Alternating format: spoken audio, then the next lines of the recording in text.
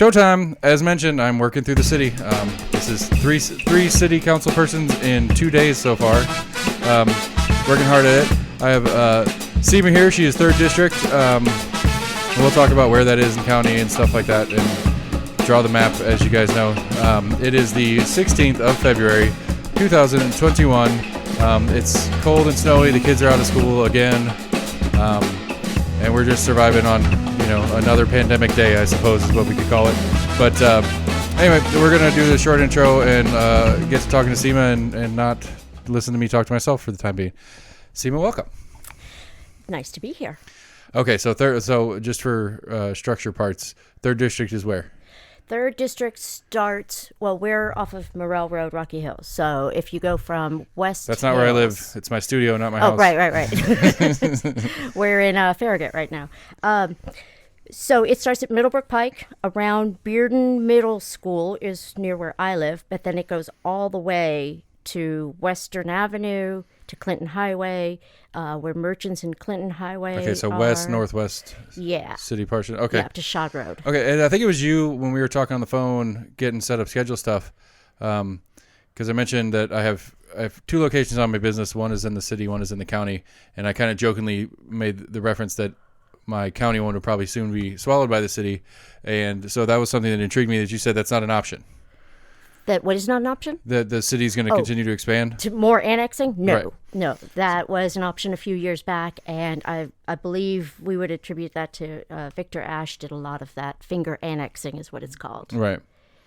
And so so that was just a policy of his administration that has not continued under the new administration, or is there a structural change that has taken place? It is all way before me. When I got on, this is not an option, and so it's just not something I've considered. Okay. The city is the city, the county is the county. Okay, and so that reference being, when did you come on in the commission, or in the council, excuse me? 2017. So you're on the tail end of your first term. I am. Are you running again? I don't know. You got like a month before it matters? Yeah, a couple months. I had Mr. Smith yesterday, and he's already announced that he's going to do it. I was hoping to pull the exclusive, but apparently he did it a couple days prior, so I didn't get to be the first to tell everybody that that's happening. Okay, so we'll start there. I suppose it's a fun one.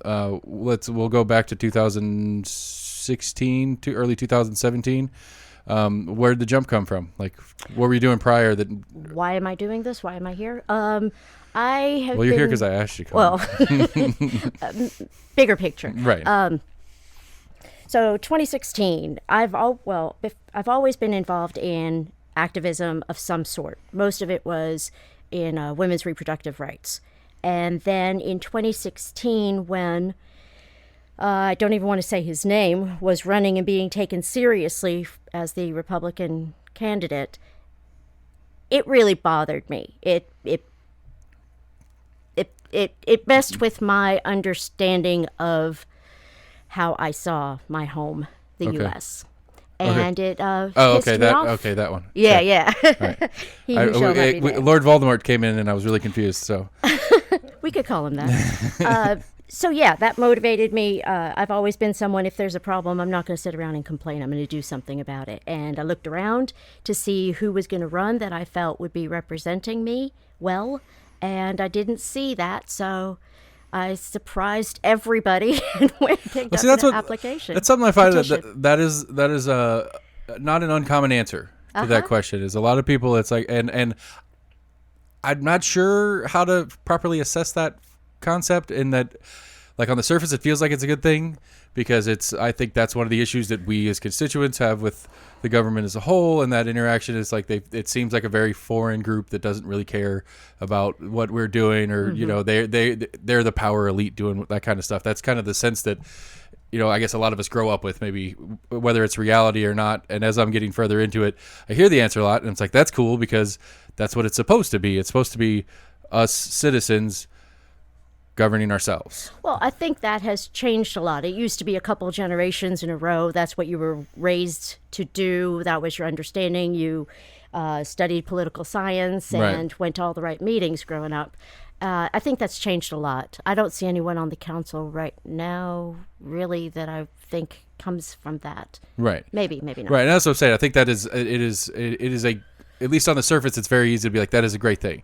But at the same time, it's one of those, I'm concerned on there's a disconnect that I'm missing somewhere in that, and that it may be to the point of that societally we're so structured to be like very inwardly focused and very the individualism that is kind of what society has become, especially over the internet and stuff like that. And that, well, of course I am not in government because I am the only me there is. And so I'm not trying to say that there's any ill intent with it. It's just I'm trying to explore this idea on the fly because that's what I do. But again, I think that's the best answer, because I think one of those, I think like you were saying, that old generation of, my daddy was the governor, so I'm going to be the governor kind of thing, is wearing off. And I think he who must not be named, he did break something positive in what he did, being so far out of the system to jump into it the way he did. But he did a poor job with what he had, which is scary. Which is scary on the inverse, is that the parties as a whole are going to kind of lock back down and be like, we can't let another outsider in like he was, and their excuse is because any outsider is going to act like him. I don't think that's reality. You bring up a good point of, all right, so if anger motivates somebody to run, and if we are self-focused, then I hope as we are running for office, voters are able to see that and to flush out the ones who are that's all they are, is angry. They're not working towards solutions. Right. I agree with that for sure. Okay, so you ran and you won in 2017, and based on He Who Must Not Be Named as your Genesis story. It's going to be too funny to not make that joke a couple more times. I'm sorry, everybody. All right, so let's continue working a little further backwards. So we were talking, again, when we were talking, trying to set up, we established that we are both alums from the same high school here in Knoxville, but you'd mentioned that you'd left for a while. Yeah. Where'd you go? I went to New York. So I was born in India. When we first moved to this country, my biological father was a Fulbright scholar to Columbia University. So that's where we were living. Right. And then when I was 10, we moved to Knoxville. My father taught at UT. And so at some point, I don't know, it was about 2001. I was there a little bit before 9/11 happened. I went to Manhattan, stayed with some kind of my godmother there, and lived there for about 15 years, and then came back 6 years ago. So through 9/11? Yeah. Wow. What a terribly unfortunate timing to go back to that. But so much in this world changed. So for much, sure. Yeah. Yeah, we've been on a big kick. I screwed up and misread a commission item, and I was confused that I thought the sheriff's office was buying a drone, and so I went on a big Fourth Amendment kick. And if you want to talk about things that changed since 9/11, the lack of teeth to the Fourth Amendment is probably top of the list of things that changed post 9/11, in my opinion. Not the point, not what we're here to talk about today, but that's one of my issues. I think there's a growing comfort with lack of privacy between individuals and our government as a whole that's, I think, is continuing to erode. And it was even before 9/11, but 9/11 and the Patriot Act was probably the biggest jump that individual liberty kind of lost. Right now at this moment, you're making me think. I don't think it really started with He Who Shall Not Be Named, right? Motivating me. I think it might have been 9/11. Okay. And how living there at the time, people who looked like me, right, were being picked up off the street, and no one knew where they went. They were just gone, and suddenly we heard of Guantanamo Bay. I mean, there were a lot of civil liberties that were just absolutely violated, and it was based on what you looked like and what people thought, assumed. Right. So that might have been when my first fear of this is getting scary. This isn't feeling like my home. I don't feel safe here anymore. Got to get in it to help fix the structure that's kind of flying out of control right now. Yeah. And show that I'm a part of this, not an intruder that people should be frightened of. Right. That's, I mean, again, all the reasons you've given are logical and sound. And I remember, like, I don't want to go down this path. Let's move off of that, because I'll tell I've got my 9/11 story, and it's a solid one, but it's here in Knoxville, so it wasn't nearly as frightening, I guess would be the phrasing to use. So, okay, so we're in commission out. So, quick mini backstory for B is we are turning a year old, like in a month, as far as this show goes. And for me, it started off as, it was really just an excuse to get my buddies over and just talk and be stupid. And throw our opinions out. And one of the things we always end up talking about is local politics. And then we realize we don't know anything about it. And so then me being the stubborn idiot that I am was like, okay, well, I'll just start calling people. So I started calling people because we were in the middle of election, obviously last year at this time. Primaries were in full swing. And so I was calling candidates and people were ridiculously enough saying okay to an interview. And so I started doing interviews. And so I'm a county resident, so I don't see a lot of what's going on in citywide, even though my business is there. And so the hard thing for me, and the reason that I've dived further in, is that I don't see a lot of good coverage. I don't see what's happening. I'm being in the county and having talked to as many county commissioners as I have. I've got a better picture of what's going on county politics wise, which the Board of Health and the baseball stadium takes over the whole thing. And I'm sure we'll touch on the baseball stadium because that's a co-issue. And I think that brings up maybe the first kind of more current question is that, how do you guys function in tandem with county? How does that work for you? Because this is one of the things that confuses me. Again, a backstory for me is early on in this process, I pitched out the metro idea, whether Knoxville should go metro. My general stance on it, especially the further I get into it, is that there's an inevitability to it. It's a when, not if kind of conversation, I think, is the reality. And so to start having the conversation about how we might want it to look like, when it gets more near, it may be an easier transition than just, oh no, it's time. We got to do this. There's, the city's expanded past the point where there's only 2 square miles of county left, so we might as well just go ahead and finish the thing off. That's my concern. And so one of the things, again, having just started yesterday talking to city persons, trying to figure out where their responsibilities actually deviate versus, because the detention centers joined, the schools are a separate entity that runs both city and county and stuff like that. And so what are some Jails. of the right? Yeah. And so what are the things that where you see that it deviates in your function in the or in the council? Okay, you asked a whole bunch of questions. I do that a lot. So one of the things I do want to answer is you said, how do the city and county work together? Not well. I think we need to work together a lot more and know what's going on. And then if you take that to the state level, even worse. Right? The city is preempted beyond being able to do much of anything that we want to do. When constituents are contacting us and saying, we really need to work on this, it's like, hands are tied, right? And I'm sure the county feels like that in some ways too. Right. But it kind of rolls downhill. It should be more local control, but it's less and less. Right. And I agree. That is one of my philosophical issues that as this show goes, the more I see it, the more it kind of bothers me. A specific one I was chatting on Facebook earlier today is apparently the Knox County Detention Center has 0 in-person meetings, except for lawyers, maybe. I don't even know if the lawyers are, but and so I guess in commission coming up, there's a vote on whether the commission's going to allow the sheriff's office, who oversees the prison, to do the courts there as well. Right, but there's something else about a new system for their virtual meetings or something like that. And so my kick on the conversation was, well, does the commission have the authority to do anything about it? Well, yeah, they can deny the funds for the thing that they're wanting to do because the budget has to come through commission. Right. But as far as the policy, who do we go through with policy issues? One could argue the sheriff is the most powerful man in town.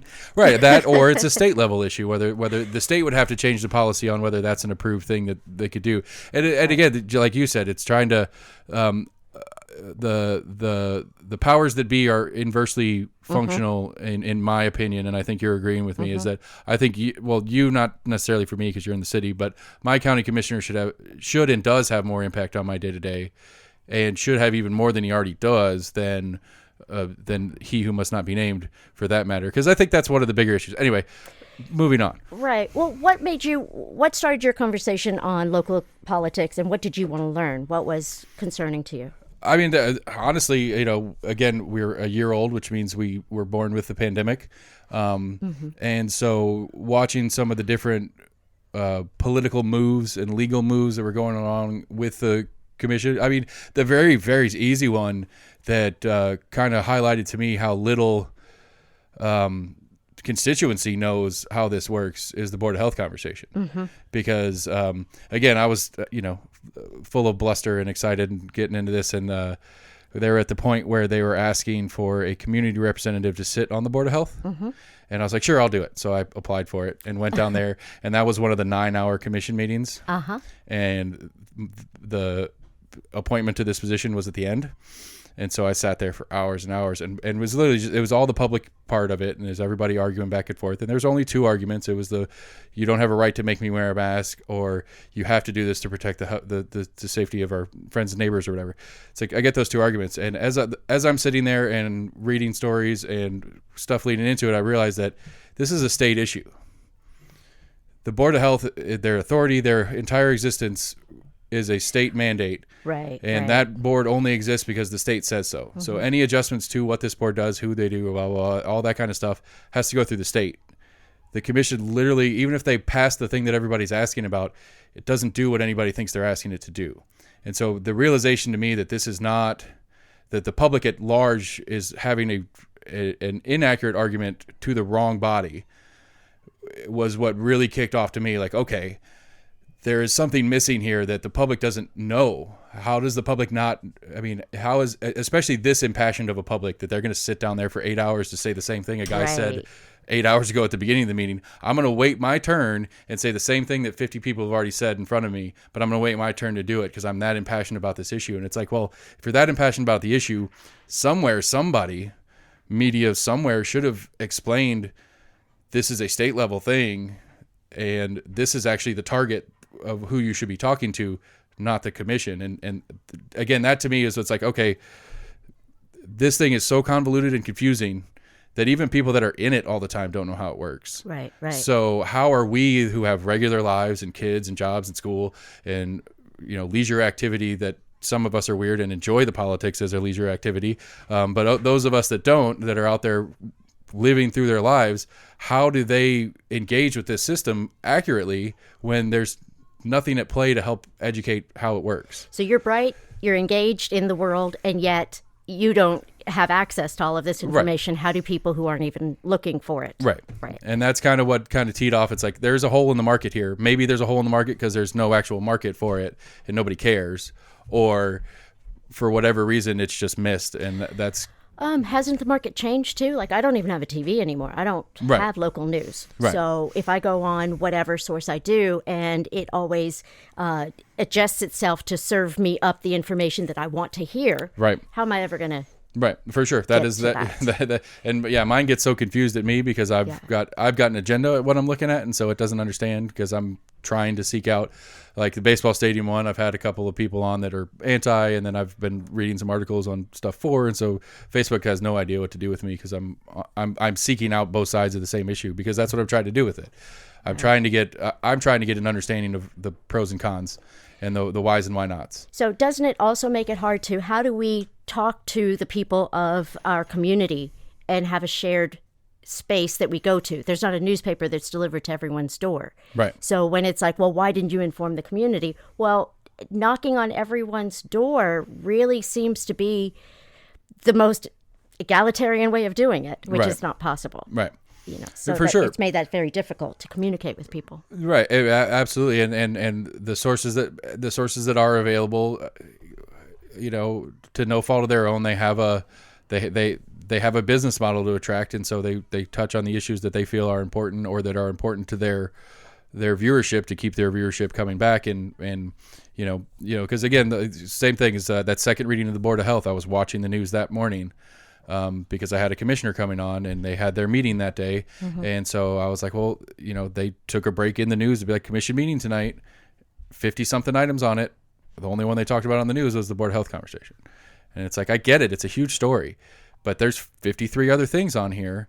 A lot of them are boring, land use and stuff like that. But, there's 53 other things on there. A handful of them have some substance to them, but all we're talking about is Board of Health. So was all of your education here in Knoxville? This is where you grew up? Yes. Okay. How much government, how many civics classes did you have? Did I remember?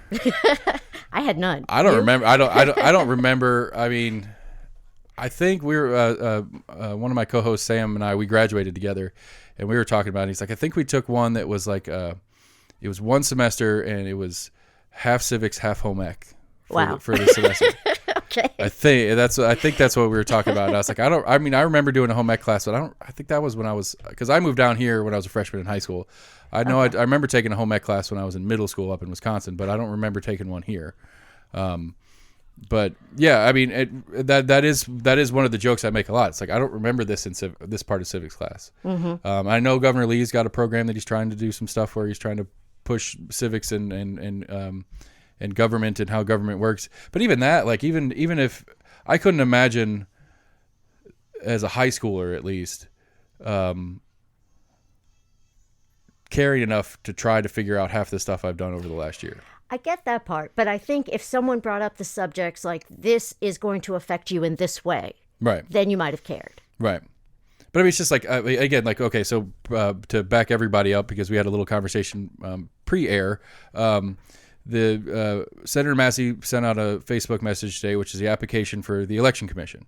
And the Election Commission in Knox County, I don't really understand how it works, obviously, even though I've had election commissioners in here, and I'm going to follow up on this one because it grinds my nerves. But essentially, they're looking for election commissioners. There's 5 openings, and you have to be party affiliated. And because by rule, and this is what I don't understand about it, but by rule, since we are a Republican majority county by elections or something like that, there'll be 3 Republicans and 2 Democrats that are on the election commission. And it's like, one, if I happen to live in Knox County, that makes sense. But, if I would have finished high school in Wisconsin and come down here, it's a whole different set of rules on the civics, on whether civics applies. Part of the conversation that would be a problem to push back on that a little bit.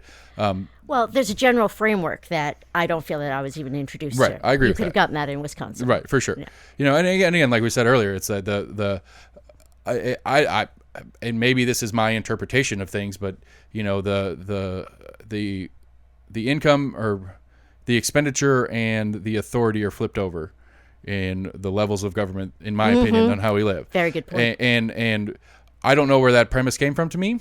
I mean, obviously it didn't come into civics class that I didn't take, but like that idea. And so, because I think that's one of the, like you were saying, I think that's one of the issues is that, we don't know how things are at least framed to know how to apply whatever issue is in front of us into said framework, whether it's an election. Because again, one of the interesting things in Knox County is that we have a school board that's an elected body, separate from the commission, separate from the council.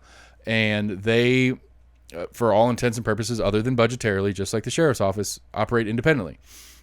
And I don't know, other than my school board member who I had in here just for the show, I don't know who they are. I don't ever hear anything about their election process. It's very, it's the least covered one of all the elections that go on around here. And it's like, that's the majority of our budget. Right. How many children do you have at Knox County Schools? Right. 2 of them. And and I complain about it all the time, and I barely know who my board member is. And so it's like all these little structures are in place, and but I brought that up. I'm sorry. I brought that up specifically because I don't know if during campaign season, I remember anybody coming in during campaign season that didn't have at least a portion of their platform about what they're going to do for the schools. And it's like, well, I'm trying to understand, like, I'm learning all this at the same time. It's like, well, the school board acts independently. So as a commissioner, how much can you do for the schools? And so is that a valid platform to stand on as part of your campaign when you really functionally have very little to do with it when you're in? Well, doesn't this bring us back to the conversation of the city and the county not working very well together? They should, and they could if we all communicated with each other. I know the school board member that's in my area, we talk on a pretty regular basis. I knew him before he was elected. My daughter goes to high school here too. So if we had those conversations, I'm able to say what's going on in the city and how I think the school board may need to react to it, or just sharing information. Right. For sure.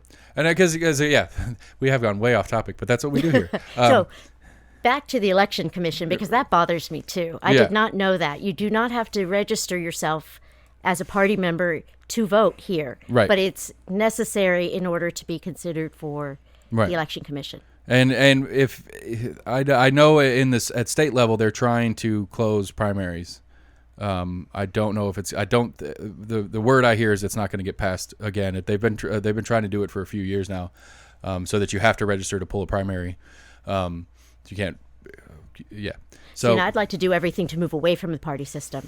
Yeah, well, I mean, you me. ran in the city, and you have a structure that functions and such, which I find interesting, and I think it's cool. And it's one of those I'm trying to trying to figure out how these different parts and pieces work. I would, for me, I'm a libertarian, or at least I lean well libertarian if I'm going to pick a party.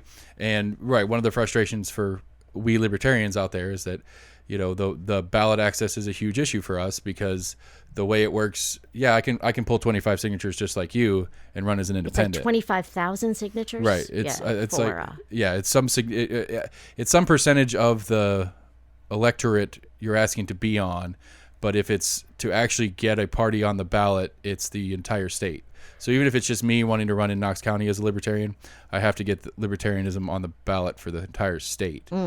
For me to run here, which is almost more than the electorate of my commission district if I were to run a commission. So when you start the conversation with which team are you loyal to, right, it's downhill after that, right. Because then it means, am I working towards what I think is the right thing, or am I checking the box off on what my party and my people think I should be doing? Right. And it does not lead to independent thought. Right. Then that's kind of where I'm stuck the most because I've had a really fun time with them. I've met and had both county party chairs on a number of times, and they're fun people. And I've had them in here together, which is the funniest. I've had two party chair battles. I will find that show. And they're great, and they're fun. And what's interesting is when you get down to it, as individuals and as party chairs, there's not a ton of difference. Once you get into some of the specific stuff, then it starts to clash. But for a lot of both times I had them on here, most of the shows we're agreeing about a lot of different parts and pieces. Well, isn't it that we all sort of want the same thing? It's just how we want to get there. Right. That's where I see the disconnect. Absolutely. Okay, so to get back to a little bit more topical, what's happening now? You guys meet later this week, right? No, today's Tuesday. It'll be next Tuesday. I thought you had a work. You don't have a workshop this week? I don't think so. I misread the calendar. Okay. I might have misread. If I do, it's on Thursday, and I'm sure it's on my calendar. You'll figure it out when you have to be there. Right. What do you know is coming up on the agenda that's something that needs to be talked about? I have not looked at the draft agenda yet. It comes out in a couple hours.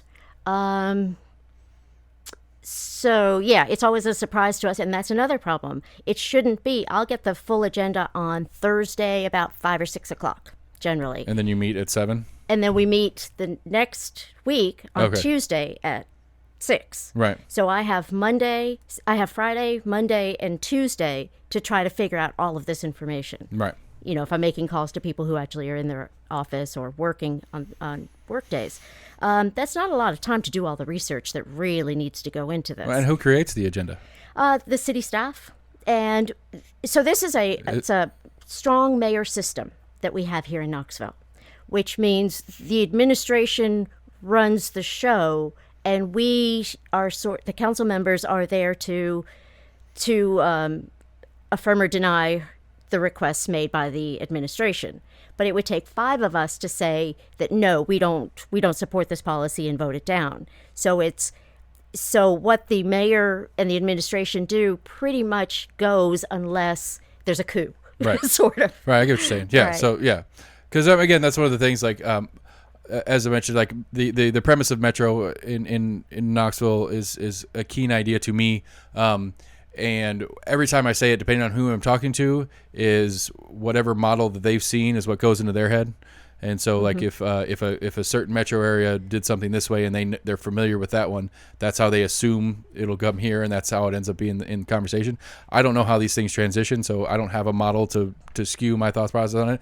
But I think it was Beeler from the commission, we were talking about it, and he's like, well, county residents want to vote for their people, where the city doesn't vote for as many positions as the county does, because we have our law director and the sheriff and stuff like that, where the city is more there's more appointments in it in the as you said, the mayor heavy system or something like that. And so I didn't know that functional thing where it's not so if you have a particular agenda item that you want to add, what you have to submit that to the mayor's office for them to add, or is it literally just mayor does what she wants and you say yes or no? That's pretty much it, unless there is something that, like Gwen McKenzie put forth a resolution about the African American $100 million fund. Right. And so she went through the council lawyer. They wrote up a resolution, and it was just presented to the council to vote on.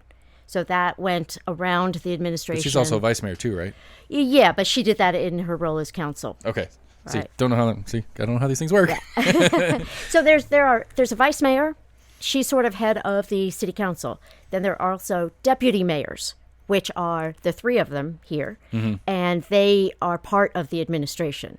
So council is not quite, it's not part of the administration. It's sort of a check and balance. Right. So the deputy mayors are more like a vice president, federally speaking. They're part of the same office, where the vice mayor is like the vice president in Senate, where it's the president of the Senate, but not necessarily attached to. See, I can make civics make some sense. I mean, I referenced the same person in two different capacities, but that's essentially what's going on here. Okay. See, again, I didn't understand that was how the city functioned. So to continue on with other stuff. So, or to finish up the last question, I guess is a better way to say it. So, well, let's just go back a little bit, because I'm not familiar with a lot of stuff that's city going on. Again, part of my complaint is it's not easily accessible to me, and I'm not a city resident, so it's a little bit skewed for me.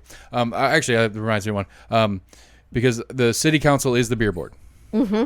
So, how much fun was this billiards and brew mess for you guys? That did not have to come in front of us, which was nice. That went in front of the city lawyers. Oh, okay. And I think the beer board chair was involved with that. But that doesn't come in front of the beer board. In front of the beer board is more licensing, and if there's sales to minors or infractions like that, then it will come in front of us. Okay. I'm not sure where the line is, or if that's a new thing. Right. Because this is, again, going back to that inter-engagement kind of thing, is that the sheriff was pretty obvious about he wasn't going to enforce any of the Board of Health regulations anyway, and so the only time that ain't even been hit, it's been city businesses, not county businesses. But the way we break down, almost all of them are in the city anyway. There's not there's a very short list of bars and restaurants that are in the county that are not in city limits. But okay, so anyway, that just popped in my head, and I was curious. So okay, let's talk baseball then. Where are you at on baseball? Woo! That's really complicated. It's really complicated. The city's got to bring more money in. As you had you said really well, most of our money goes to the federal government, right? The closer the government is to us, the less money is collected, but the most is asked of. And then somewhere in the really weird part to me too is that all of our money goes to the state, and then the state gives some of it back. Some. But that's a separate area. Anyway, yes. We can talk for a while. So we do need to make sure that we're bringing money in. This might be a way to do that, right? But I think a strong feeling that I have, and this is feeling more than anything, yes, the city will make money off of this. We will get more money to do the things that we want to do, which including social services, which is something that I think is very important. But in order for the city to make this little bit of money, we are enabling somebody to make a lot of money. And that doesn't feel good. It doesn't feel good that this is how it always is. Like, we'll get some pennies, and a millionaire will this is normal. Millions. Right. This is normal. And it's one of those to me, I totally get what you're saying. It's like it's a powerless spot. It's that'd be good for us. But man, can we do this a different way and not do that? And it's like, well, no, we can't do it a different way, because he'll either stay there or he'll go to Cookeville or something. Right.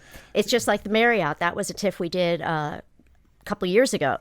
And that was, I don't remember the numbers. They were going to make like 10% profit with Knoxville citizens $4 million in taxes we would not collect from them.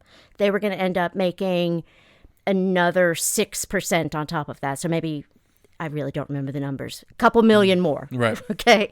And yet we did that. We approved it. I wasn't excited about it. I voted no, but we approved it because that's going to bring in more tourists. and so more dollars for the city to be able to use. Right. So the whole structure is we're being held hostage. Right. Is what it feels like.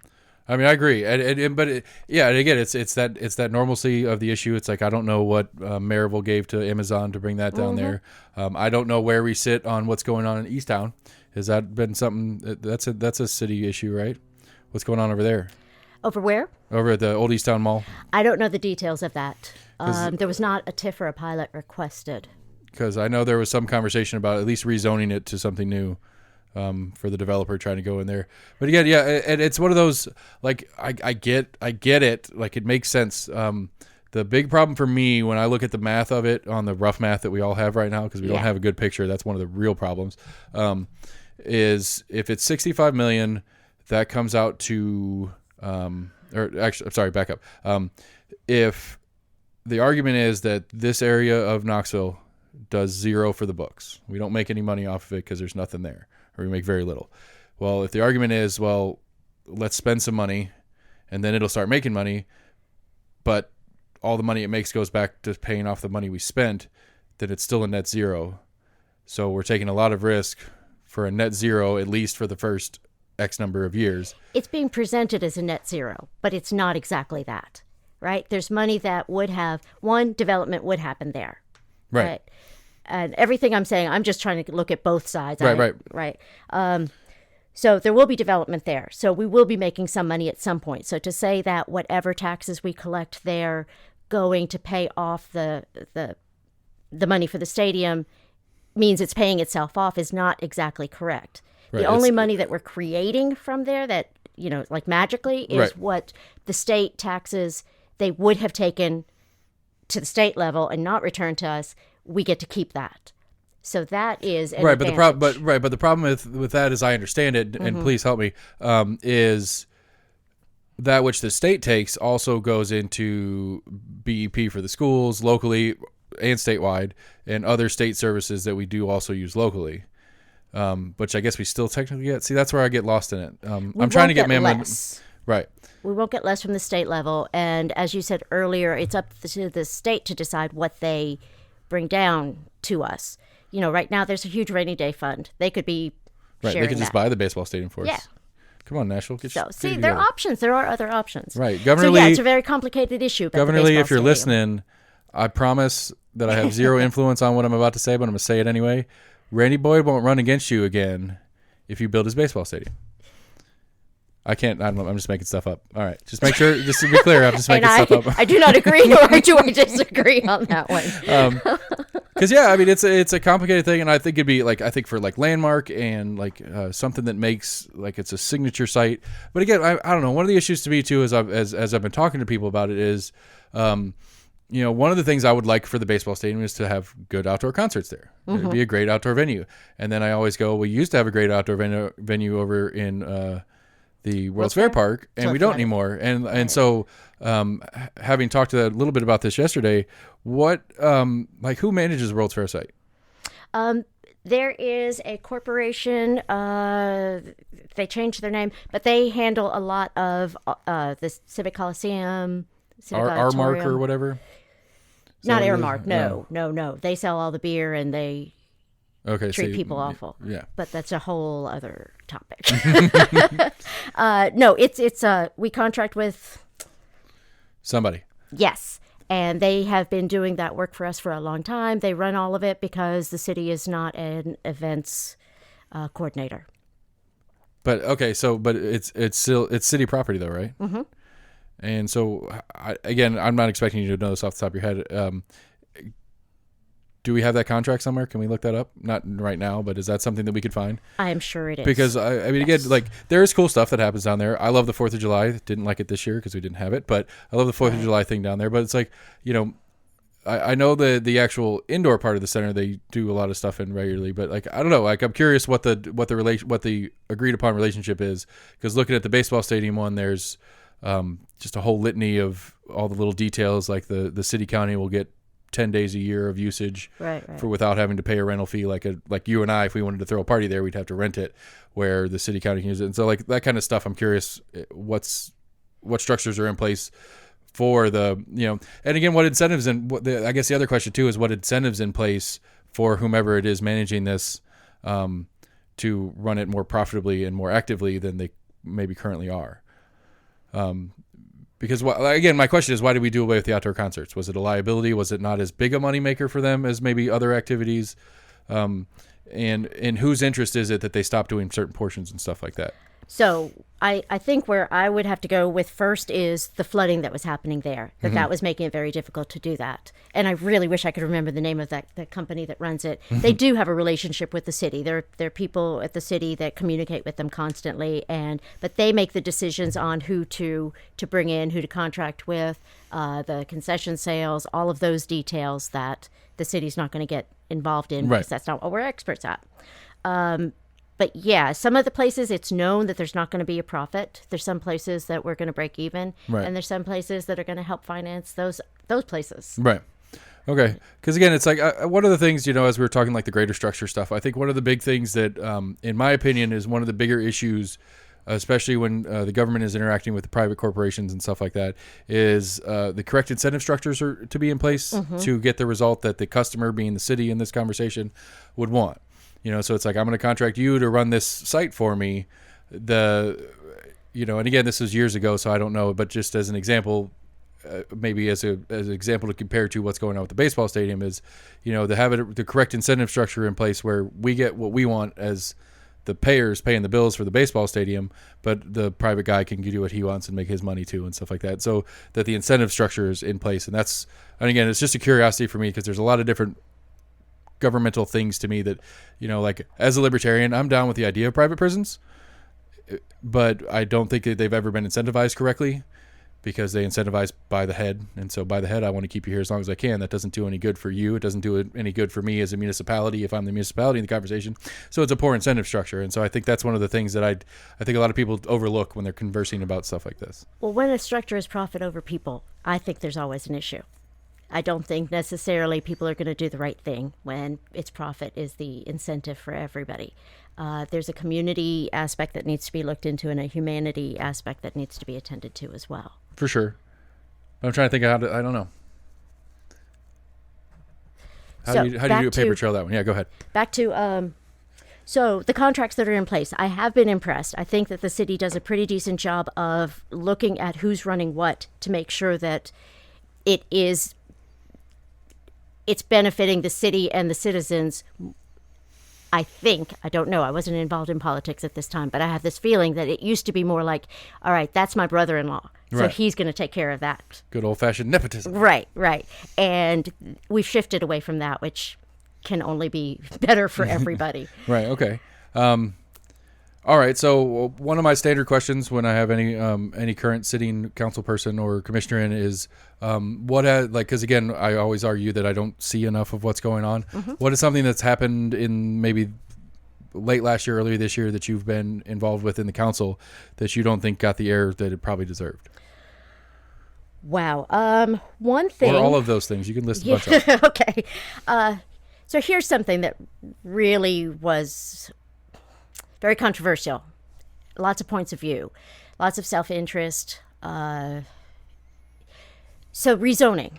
That sounds so boring. And it used to be very boring to me. And I can't believe I actually stay up late and read about that stuff nowadays. But there was a rezoning request to make some apartments. It was an office zone, actually not to make apartments, but to rezone it so that it could have apartments built. And it had been zoned office, and at this point, offices are not being built. Right, COVID changed all of that. So the developer wanted to, I think, make about 200 apartments. The location was very close to here, next to Trader Joe's, kind of behind the interstate. Not prime property for much of anything, however, millions of cars going by. On the south side or north side of 40? On the north side. Okay. Next to the church that's there, kind of near Sam's, all that.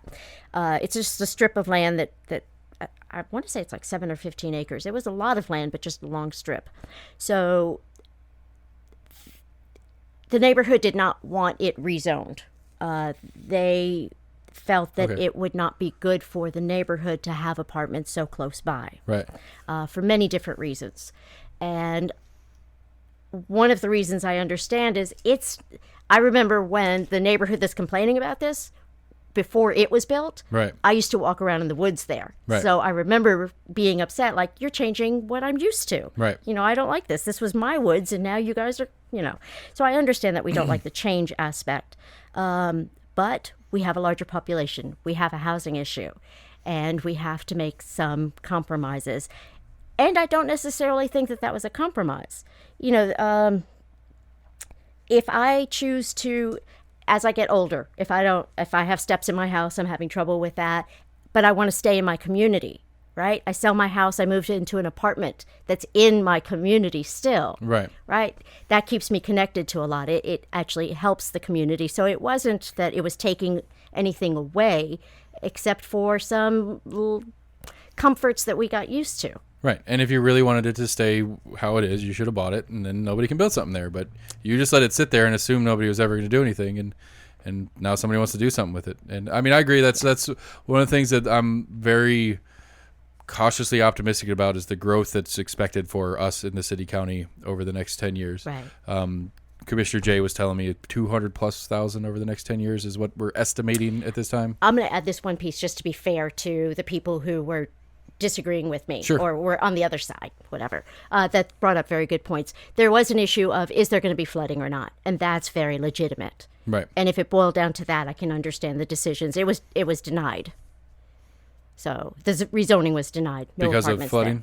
there. Or because of community? Because of a lot of things. I think the legitimate reason would have been just flooding. But Right. I don't know. I'm trying to suss out what you're saying right now. It sounds and I'm like trying not to say some things right now. It's what it sounds to me. Okay, then I'll leave it at that. There were a lot of reasons it was good. There was one reason it would have been bad, if that was a legitimate reason, and we could have probably delved into finding out if the flooding really was a concern or not. We could have looked into that more. If it was a concern, I'm on board with how to the just make the decision rolled developer out. fix it. That would have been an option. No, it wouldn't, because the neighbor still wouldn't be happy. That is true. And that's the way things work. Right. So I think that would have been something. That was a place where there's already city infrastructure. It would not have cost us much to Right. provide more housing. It was a walkable community. It was walkable. You could go grocery shopping. You could go to West Town Mall, all kinds of stuff. You could go to your job without having a car. It was beneficial in so many different ways. Right, but I don't like it because it's new. Yeah. Well, So I would have loved to newsflash, have more everybody! attention It's on gonna that. be new. We're gonna be dealing with it. We got to figure out the right. We've got to be proactive with it. That's my concern. Is that because I've got a very good friend of mine who's been house shopping for almost a year now, and it's not a money issue for him. He does well. They're just not there. And or if they are there, they're through the roof price wise, and it's going to continue that way if we don't have options. And if we cannot agree that building new things is not an option, then we're stuck, and it's going to get worse and worse and worse. And then the infrastructure part of it gets even worse on top of that, because now we're going to have people, in Loudoun County and Blount County and stuff doing all the traveling, and the gajillion dollars you just spent on Alcoa Highway is not going to be big enough to move all the traffic, because that's the closest they can get. And I don't know how again, that's one of the things that Jay brought up, and the commission apparently is working on. And again, going back into the interrelations of the two bodies, is there a vision? Is there a long-term plan that the city has for growth and for how the city is going to adapt to what's going on? Yes. And when did we pass Recode? Okay, it went into effect January. Yeah. Wow, time is flying with COVID. It's really hard to remember what happened. Anyway, let's forget about the date. Recode was a way of looking at zoning that was going to look at where density would be most useful to us, where we wanted walkability. It was looking at some of those issues, and it was looking at commercial zones. Do we want it to be, industrial back to back, or right next to residential, different things like that. And that would have answered a lot of these questions, and that was very controversial. It passed, and in that plan, where the rezoning we were talking about along Trader Joe's was part of that plan, that would have fit into the vision. Right. So even though it passed, it's hard to get people on board with the vision if it changes their life. Right. And I do understand that. I agree. Because I mean, I joke about annexing which it's not an option, which makes me happy because I don't know how I wasn't annexed already. I mean, you can't see out the back window here. The fence, that's city on the other side of the fence. Is it really? Yeah. All of Morel is city. And I live 2 miles away from here in the city. Yeah. All of Morel is city. There's like one guy down the street got annexed years ago. There's one property in this neighborhood. So why are you happy you're not part of the city? I don't.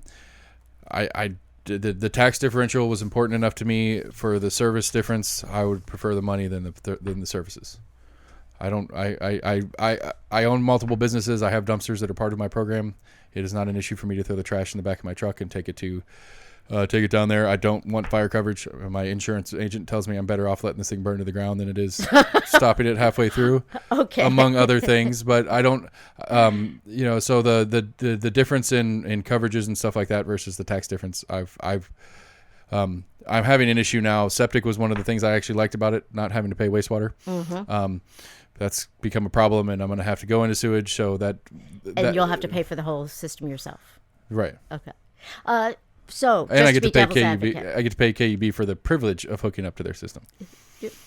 We have that option. Isn't that nice? So devil's advocate. No, we don't have that option. What about, I'm obligated. Okay. What about all the people who, because they do not have garbage service, are throwing trash all over the place? People suck. I mean, they just those people suck. Some people do, yeah. Right.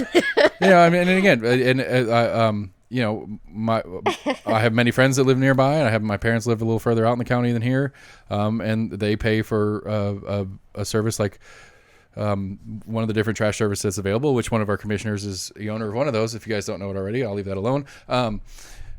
So, again, and I don't know. I talked to my dad about it, and we talked math a little bit, and he basically said this, like, for what he cares about and stuff like that, even paying for rural metro and fire and trash pickup and stuff like that, he comes out a little bit ahead for what he wants in the tax difference. In paying for the city taxes as well. Right. He doesn't. Yeah. Right. He's That's in the how county. I figured it too. Was that whatever I had figured out how much I was paying per month, and that was good for me for trash and for all of the other amenities that I get. Yeah. And that's one of the weird parts about Knoxville is that, we have sections of the city that are fairly spread out neighborhoods, and I like a little more space, but I could have gotten that in the city too if I tried hard enough. But you mean you go across the street? Right. Right. But actually, I take that back though. As you go across the street, a comparable house has got another $15,000 on it, $20,000. Because of the city-county line? I guess. I don't know. That'd be interesting to find out. I haven't quizzed my realtor buddy on the reasoning behind that, but we've lived here for almost 10 years now, so I don't remember all the specifics when we were house shopping of what the comparables were and stuff like that. I mean, hell, I've made a ton of money off this house in theory with the way the market's going right now. It's just unbelievable. Yeah, it's really just a certain type of person who lives off of thinking about their property values. I'm going to stay in the same place. Yeah. It doesn't matter if my property values go through the roof until I die. Well, I mean, the only really good thing about it is if I want to refinance to do some work, I can get more money out of it to do more work. But again, the way the market's going right now, materials and labor are so expensive because everybody's working that I'm going to pay more for the same job as I would before too. I'm just saying less people live in the world of property values than for sure. Do. Right, for sure. Like, I only bring it up as a joke because it's laughable to me. Like this, I mean, at least my eldest is in 4th grade, so I've got at least 8 more years. I'm getting the kids through. Or I'm sorry, my youngest is in 2nd grade, so I got at least 10 more years. I'm getting the kids through the school system before I worry about getting out of this house. And we're not having any more, so I don't have to worry about having. There's no need for another bedroom at any point. Okay. Hopefully. You've got it all planned out, don't you? Yeah, and you know how well plans go. They always, everybody goes to the plan. Right. Okay, so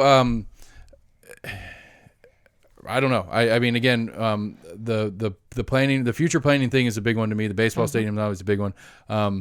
And again, not knowing what's going on in the city as much personally, is there anything else that you could think of that's something that may need some air? Yes. Sweet.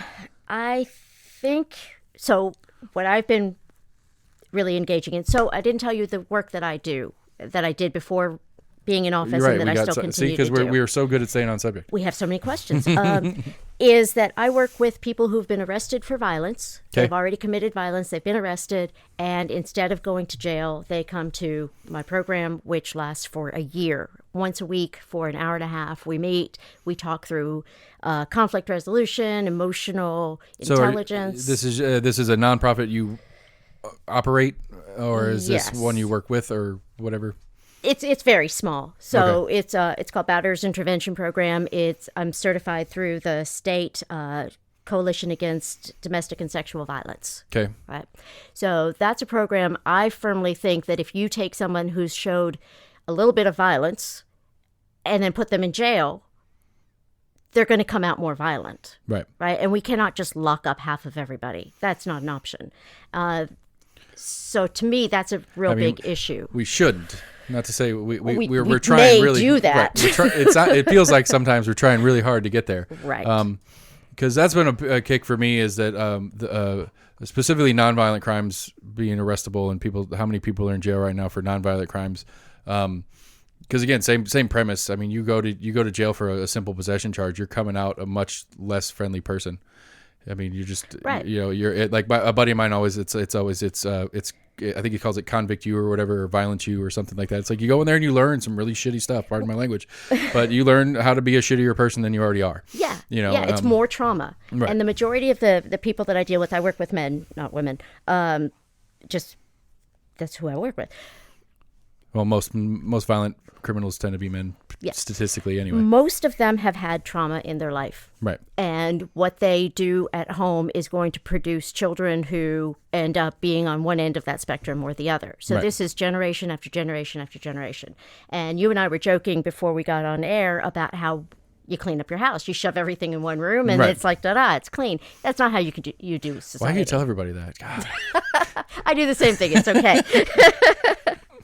But we can't do that with society. Right. So to me, I have absolutely nothing against the police.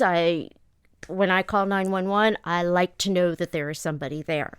But we have to have alternative solutions to that. Okay. I think that not everybody feels safe with the police, historically and currently. That's legitimate.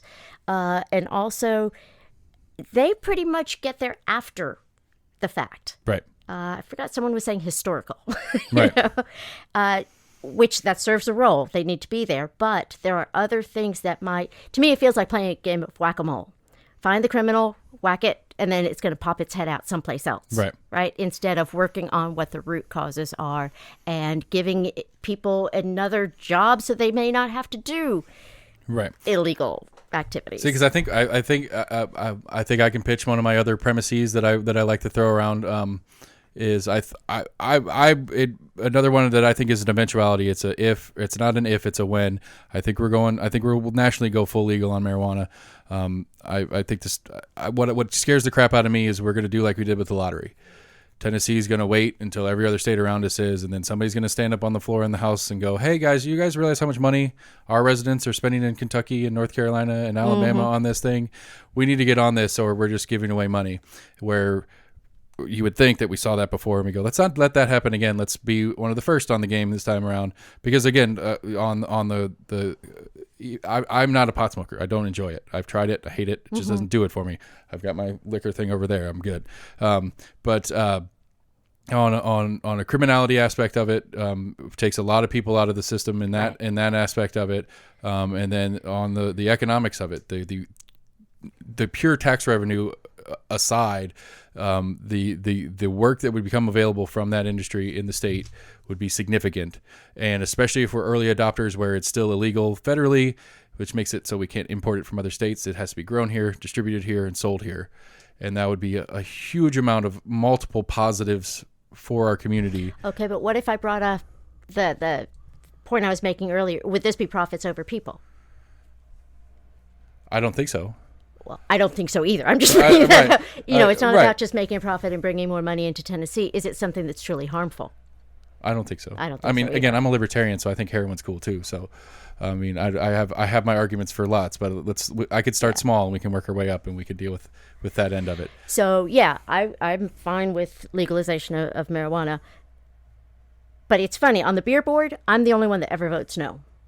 And there are a lot of reasons for that. I don't think alcohol needs to be illegal, but I do think that there are places we need to keep it out of. It doesn't need to be everywhere all the time. But it is everywhere all the time. Yes, it is. Like when it came to Cracker Barrel. I was in that meeting, actually. Oh, were you? Yeah, Okay. I was That's virtually in that where meeting. everyone after AA Right. goes to the meeting after the meeting. Yeah. If we really want to work on some of our core issues and alcohol is present during a lot of this, then shouldn't there be some spaces that are safe, that are alcohol free? Not saying make it illegal or ban it Right, or anything like that. Just create some safe spaces. I don't disagree with you on the premise of the safe spaces, but who are we as a well, I'm not one of the we, but who is Knoxville to say that Cracker Barrel has to be that place? Well, we weren't the ones that said it. I'm just saying that's my pushback on that. Right. I fully respect let's the say premises. with the zoo. Right. The zoo, that I see as a family place. And They use state and federal and local funds for their operations, right? yes. Then yeah, you can do it. Then I feel like we have the authority. Like we as a government body can have the authority to inject ourselves in that situation. All right, so you're agreeing on that one, but from a very different place than I am. Okay. I'm going from what will actually be good for people and good for society. And I think helping people stay sober is good for all of us. Right. It doesn't mean you can't leave the zoo and go wherever and have a drink. It just means that that's a place where that's not a concern if you're in recovery. Yeah, because the zoo only pulls special permits, right? Just events, or they have it all the time. Yeah. No, they have it available at their restaurants there. Oh, do they? I knew they had. But I think because of COVID, it got put off. So I don't know if they're doing that yet. Yeah. Yeah, I get what you're saying. I have a different side philosophically on who and whys, but I don't disagree that is an important. It's important to give people options of where they can do things and not have to. Yeah, I get it. Right. I mean, we can't say there are all these drug overdoses. What are we going to do? What are we going to do? Okay, sell alcohol every single place, and then we even deliver it to your homes now. Just go to Food City and you can get all the opioids you want. Yeah, this is bad joke. Anyway, and that's near where your shop is, right? Yeah, that's right across the street. Coincidence? No, I'm just joking. Yeah. So yeah, I think there are some even- social concerns beyond just profits and people, but I don't see marijuana in that category. Right. I don't see it as a gateway. So then the conversation is getting an understanding of how civics work, even though I didn't do a very good job in school of it apparently, because it wasn't there. What do we do? Like that's one of the things to me, because I've had this conversation with a number of different guests on the show, city and countywide, and I think the general consensus is kind of on board. And I think one of the issues is I understand that it is a state level issue, so we got to get it through the state first. We can decriminalize here inside of the KPD at least, I think. Does that work? Does the city say that? Like the sheriff's department just decided to not. Right. Go to restaurants or bars that are open past curfew, whatever. We can say that there's a certain amount that the police not act upon, not take an action on, or give a citation.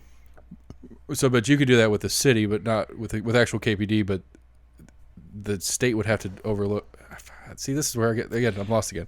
It does get pretty cloudy in there. The policy authority over the sheriff's office, I believe, is the state. So we'd have to go to the state anyway or get Spangler directly to make it an in-house policy through Spangler directly. God, this is so complicated. And then there's common sense too. Do you just arrest someone because there is one thing going on, which we're going to get so shady in this area. Technically, it is wrong, but you are looking at the situation and it is not, right? Right. Let's say one joint near a school. Hey, let's really get into this, right? Right. And that changes all of the consequences around getting arrested at that point. Right. And I can't remember what the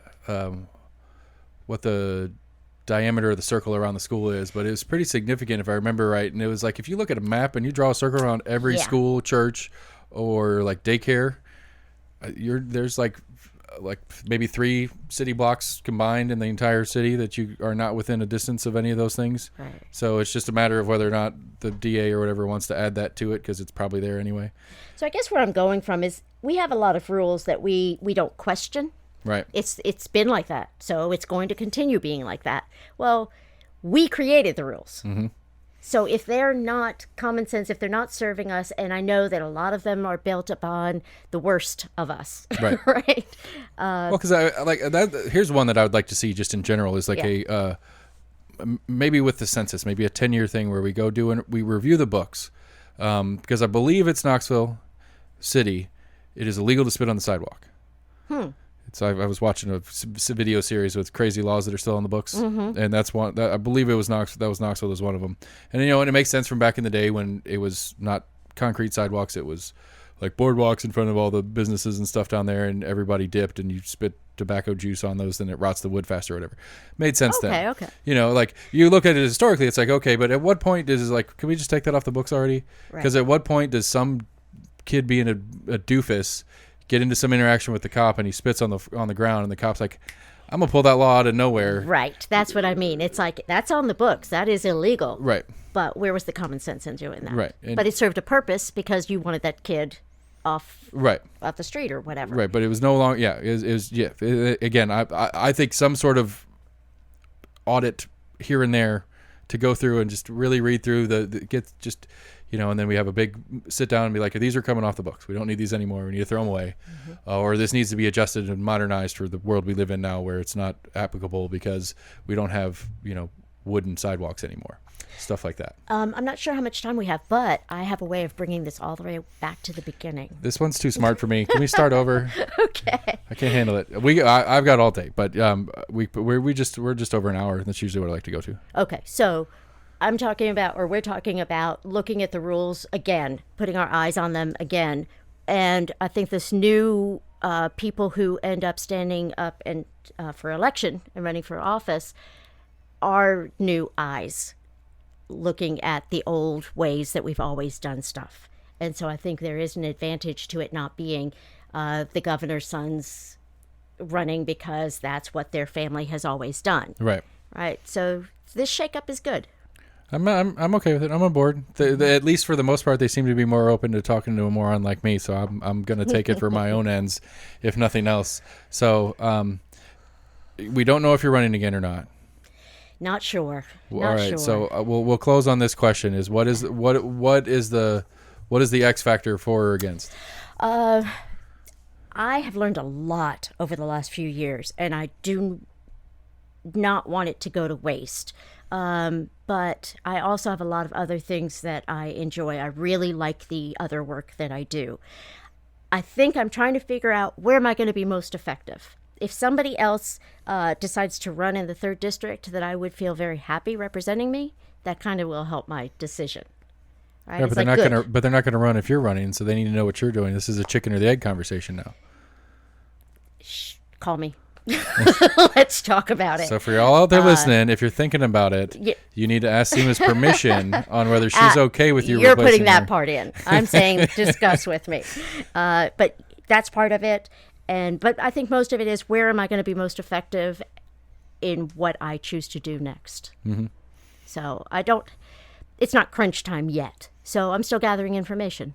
All right. Well, please be in touch when you make that decision, because if the decision is for, then I want to talk to you as a candidate instead of as a someone holding a seat. You want me to announce it here? If you want to, I don't care. I don't have. At some point, I've had a few exclusives. I had when I was Randy Pace is the GOP chair of Knox County. He verbally officially announced his resignation from the chair here. He'd already put it on Facebook that he was doing it, but the first time he said it out loud was to me on air. I don't feel that special for it, but it was fun. He's something. He is a wealth of information. He's a very interesting man. We've had some really good conversations. If you can work through him rambling into some story, like he speaks in he speaks in metaphor sometimes, and it's like, what? Oh, okay. Like every once in a while, it's just like he's telling a story, and it's like, I asked you about what color your shoes were. Why are you telling me a story about this thing? And then it comes around to the end. You're like, oh, okay. It does make sense. So, District 3. Mm-hmm. Excellent. Do you have a contact you want to put out for anybody? Your council email or anything you want me to put on here? Or if you Google any city council person, you will get the phone number and the email. But if you're interested in running for this seat and you want to talk about it, you're very welcome to call me, 865-368-8391. I'm not putting a challenge out there. I'm just trying to still gather information and figure out what I want to do. I guess I think it's cool. I'm fantastic. It was fantastic to sit down, and I really appreciate your time. And we got some outro music. Okay. How cool was that? I had a great time. We're almost in agreement at gmail.com, Facebook, Twitter, YouTube. I think I got a couple days off. I think I got a few more lined up. I've got a bunch of stuff coming up in March, but I don't think I have another show for a few more days, so you got to deal without me. Again, almost in agreement at gmail.com, Facebook, Twitter, YouTube. We'll be back. Appreciate y'all coming in.